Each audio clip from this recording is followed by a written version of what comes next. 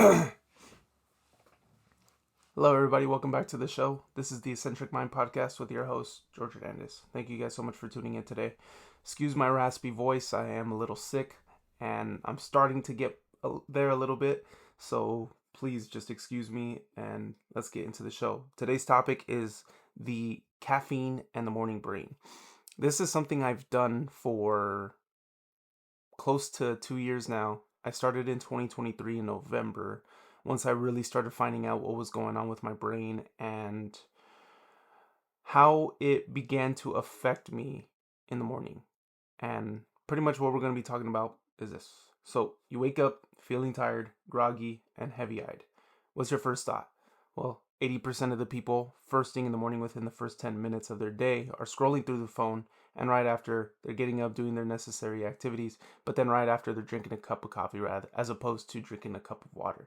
So, most of us are using caffeine as a crutch rather than a tool. So, in this podcast episode, I want to be breaking down the what's happening inside of your brain, what caffeine is, what it's doing to you first thing in the morning, and how we can use caffeine to our advantage as opposed to our downfall in the afternoon when we have that crash. So, caffeine is a stimulant. If you were to define stimulant, it's changing the activity and what's going on inside of your brain by something external. And it's honestly the most used drug in the world. Everybody knows it as such. It's found in tea, it's found in coffee, it's found in dark chocolate, berries, etc., right? And it's not something that necessarily provides energy, it's something that blocks your brain from feeling fatigued. Okay? So, what happens when you wake up? Well, when you first wake up, your body already has this gradual feeling of cortisol. And within the first 30 to 45 minutes of your day, you will also get a cortisol spike. And what's necessarily happening once cortisol ramps up, it's your body hits this sort of ignition switch. So, your blood pressure raises, your body temperature rises, and your mental alertness kind of, not evaporates, it becomes more clear. Okay, so if we were to drink caffeine first thing in the morning, well, it would have no use because cortisol is already ramping itself up and it's already waking us up as a result. So, caffeine, in that sense, as soon as you wake up, is not necessary. Okay. This means even without coffee, your body's already active, arising, and waking you up naturally, something you don't necessarily need caffeine to do for you. So, we can give that block of time space without caffeine so that way afterwards we can start taking that caffeine. So what happens if you drink coffee too early? So if you add caffeine right away, two things happen.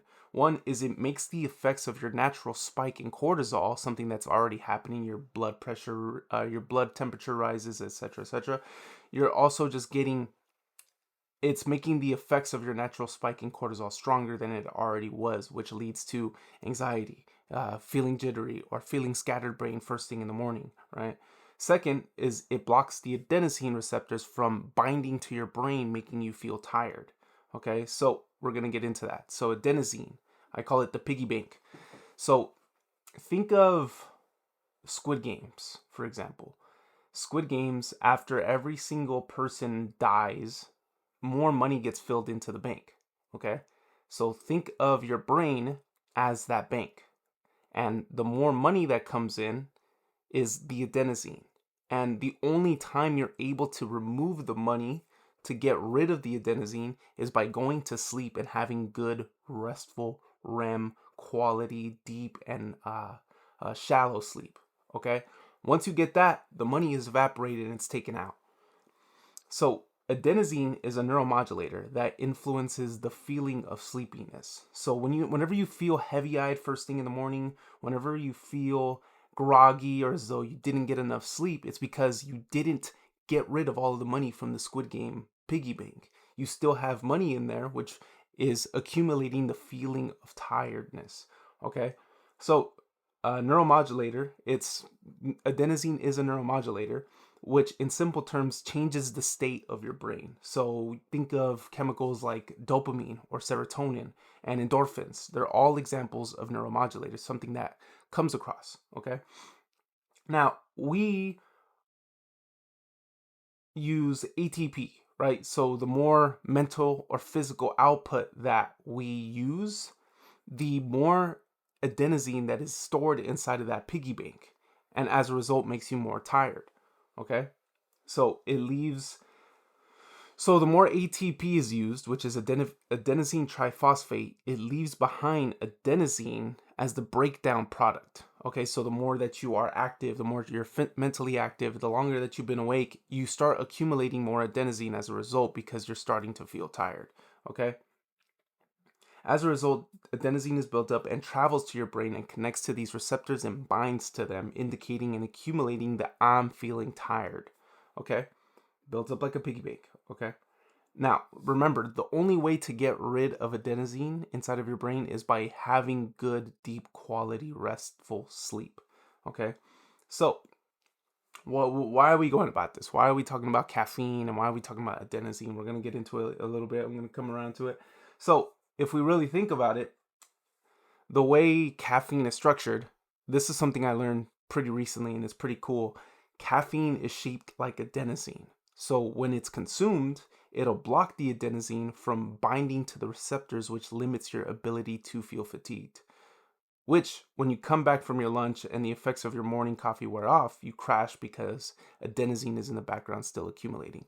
So caffeine is shaped precisely like adenosine. Adenosine being the breakdown product of adenosine triphosphate. So whenever you're working a lot, whenever you have a lot of mental output, whenever you've been up for a long period of time, adenosine is accumulated.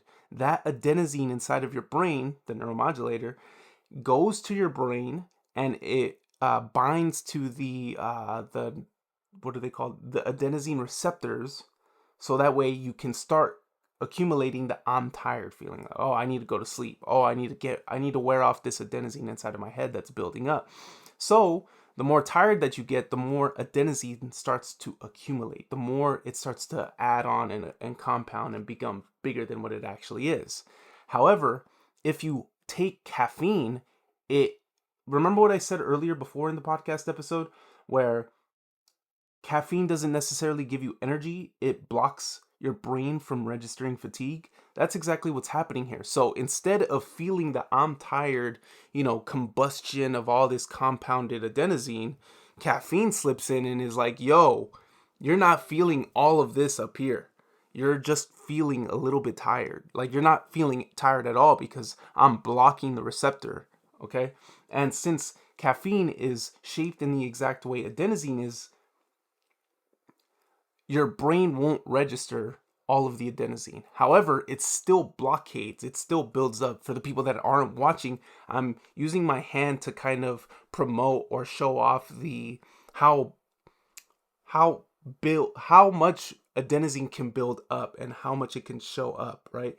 It can build up so big, but because you have caffeine, and I'm putting it right beneath my other hand to show that caffeine will block the feeling of fatigue because of how it's shaped. So when that happens, let's say you take caffeine first thing in the morning, you don't have any adenosine inside of your head.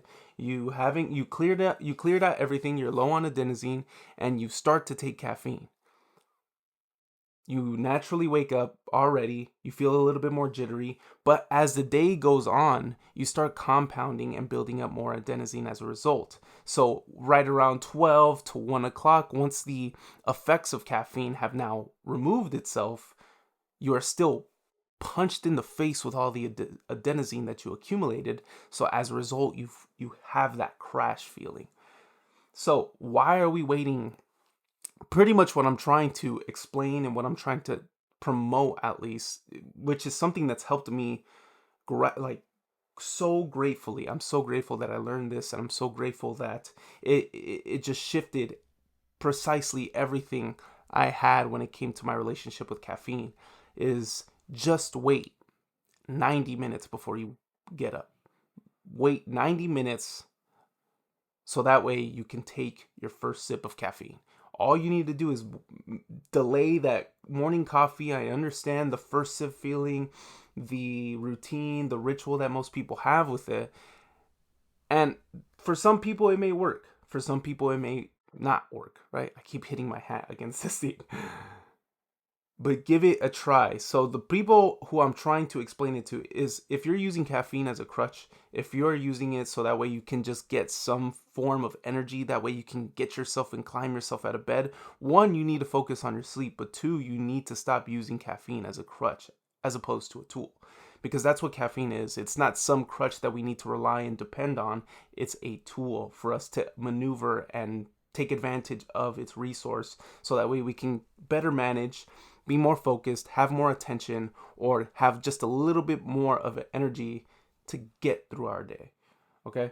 So, why are we waiting 90 minutes, George? Like, I want my pumpkin spice, warm brewed coffee first thing in the morning as soon as I wake up because it's something I look forward to. Well, some people actually are hydrated because it's something that's consistent, right? If it's a ritual, if it's something that you do every day, more likely than not, you're getting hydrated from it because of just how much dependence you rely on it, right? How often you do that thing. So, cool, keep your ritual. But to the people that are tired, they keep crashing the morning of, they have less energy, this is for you, because that's something I struggled with. I would drink coffee first thing in the morning, and within 90 minutes of my day, right after I had started the day, after waking up from eight and a half hours of sleep, I would have coffee, and then I would crash in the middle of the day, and I couldn't go for another 2 hours. So once I switched my morning caffeine from, well, what time was I waking up? I was waking up at 4. Once I switched it to around 6 a.m., I would be able to go through my day without having that crash in the moments where I needed the energy most. So, to those people, why wait 90 minutes? Well, you let your body naturally wake up. Remember, you have a cortisol spike 30 to 45 minutes upon waking up. So, it's already doing the wake up effects for you. So, caffeine, you don't need it. You just need your body to naturally wake itself up, as opposed to drinking something first thing in the morning to wake up. Okay, it's not having a significant effect aside from making you feel anxious, jittery, and scattered brained. Okay, you don't want that first thing in the morning either. So you let wakefulness happen with the surge in cortisol as a result. Your blood levels flow, your metabolism boosts, and your alertness heightens. 2, you will let adenosine build up in its own pace. If you let adenosine build prior to taking your caffeine, you put yourself into a position which you're able to make use of your caffeine by limiting your chances of crash. So let adenosine build, okay? This is so important because if you drink caffeine when you're very minimally low in adenosine, because you just woke up. Remember, adenosine, the piggy bank, right? The piggy bank analogy is taken out. All the money inside of the piggy bank is taken out when you have deep quality restful sleep. So let's say you just slept for 8 hours, 8, 9, 10 hours, right? You got a good sleep. All of the adenosine is gone in the morning. So why do you need to drink caffeine if there's nothing making you feeling tired and you're naturally waking up with cortisol, right? Your blood is flowing, your metabolism is boosting, your alertness is heightening. Why do you need caffeine, right? At this point, you're not drinking caffeine for the effect. You're drinking caffeine because you like it. And what that liking is doing is just making you crash early in the afternoon, and it's not allowing you to feel the actual effects in which caffeine do. Most people do not see caffeine as a drug. Most people see caffeine as something that they like, right? And that's the danger of liking caffeine, is because you deposit or you build this ideal of what caffeine is and you romanticize it. As a result, once you romanticize it, you don't understand the effects that it has on you by drinking it first thing in the morning. Or people get very addicted to this type of thing because it's an ideal, it's something they romanticize, and the more that they do it, the less they have an idea of what it's actually doing to them. Okay, so that's now. So back to the adenosine part. You get rid of the adenosine. You have no adenosine inside of your system. You're not feeling groggy. You're not feeling heavy-eyed. You feel good. Let your body naturally wake itself up. And the more you go about your day, you have to go to work, you have to go train, you have to go for a walk, you take your dogs on a walk, you have to start the business activities, you have to start sending emails on your laptop. The more you go about your day, money goes inside of the piggy bank. Adenosine starts to build up because you're using ATP, right? ATP and adenosine is the breakdown product of ATP. So the more energy you use, the more money goes in. So now, once you're feeling tired, right? We're feeling a little bit tired because the money is going in, the adenosine is going in, it's going to our brain, it's binding to our neural receptors. Now it's time to use caffeine, okay? And typically that is anywhere between 90 minutes after arising, once you start feeling that tired feeling again. So now, once you drink the caffeine, you have adenosine inside of your brain already. So that way the caffeine can go inside and limit our fatigued feeling, right? Limiting us from feeling tired, and we feel more uplifted, we have more adrenaline, etc., etc. But that also means if it's 12 o'clock in the afternoon, right? If it's 12 o'clock in the afternoon and I'm really starting to feel a little bit tired, I can drink caffeine and get across the rest of my day.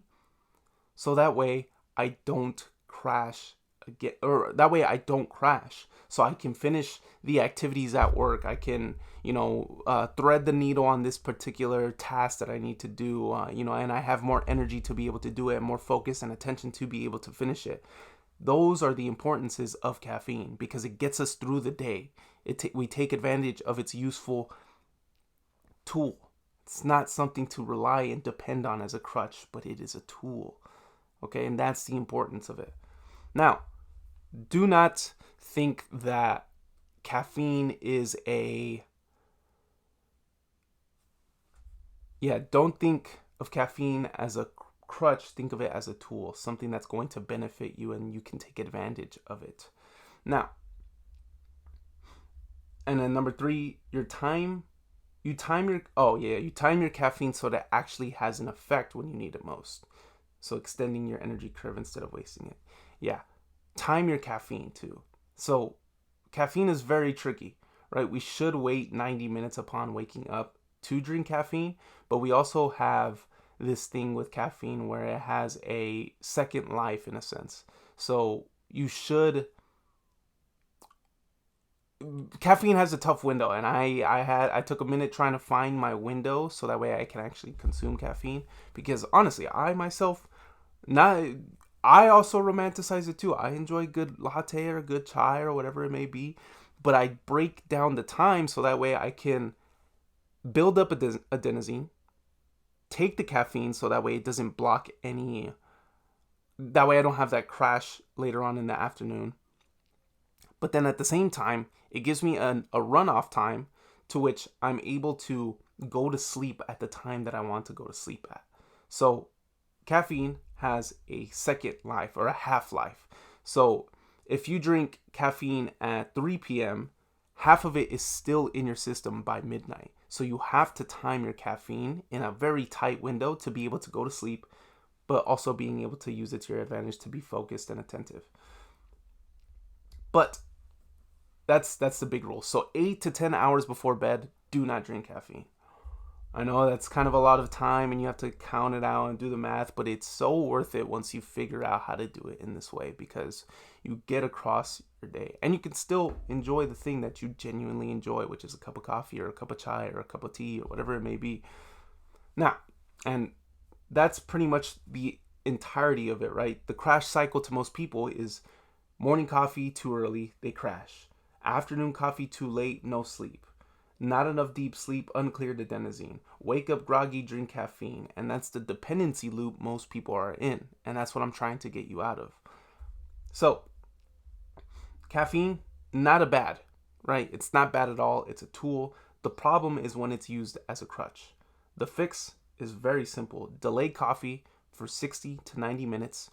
Cut it off 8 to 10 hours before bed. And let your body use cortisol, sunlight, and movement to do their job first upon waking up. So that way you have more energy, you have more stored fuel, you're gradually waking yourself up naturally in a manner that's good. And yeah, that's that's literally all I have to say. I've been doing this for since 2023 of November, and my productivity has changed insurmountably, drastically, and I actually started to feel the effects of caffeine as a result. My camera just died, so apologies to the people that are watching the video. Yeah, I changed for the better because I started doing it in this manner. And I actually do feel the effects of caffeine as opposed to trying to drink it every morning because I just wanted a sip of coffee and I romanticized the coffee. No, now I actually find myself very deep and focused and attentive to the thing that I'm actually working on, which is so valuable and so important. And that's why we take caffeine. It's a nootropic. It's something that changes the brain. It changes the stimulus. It allows us to feel more attentive and focused and in control. And there's this thing called acetylcholine inside of I think it's also a neuromodulator, which allows you to feel focused and in control and attentive. So it's super freaking cool. But yeah, the closing message pretty much: stop using caffeine as a crutch. Start using it as a tool. Instead of depending on it or romanticizing it, see it for what it actually is: a tool. Something that is a stimulus to the brain. Something that will change the quality and the state of your brain. And if you take it too late, you won't be able to sleep.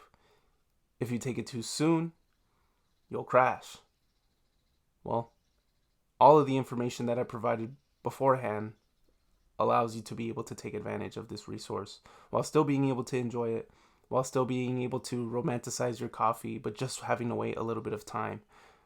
I hope this helps because I see a lot of people who struggle with their dependence on caffeine.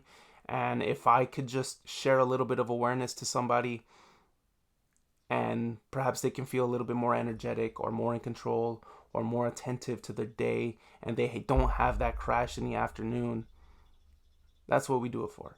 And I'm tired of holding back the knowledge that I have just so I can pleasure somebody else's feelings and somebody else's mood. I'm done doing that. I'm finally going to be George. And by me making this podcast, I'm probably going to ruffle a little bit of feathers, but I don't care. I'm here to help. I'm here to provide some form of awareness. And in doing that, that provides me so much more fulfillment, even if I ruffle a little bit of feathers. So, this has been the Eccentric Mind Podcast with George Hernandez. I appreciate you very much for listening to this podcast episode. If you have any sort of comments, if you have any sort of concerns, any questions, anything that you want to bring to the table, feel free to let me know and I will dig and research on it because it's that season, baby. So, once again, I appreciate you very much for listening to this podcast episode, and I'll see you in the next one. Have a fantastic day.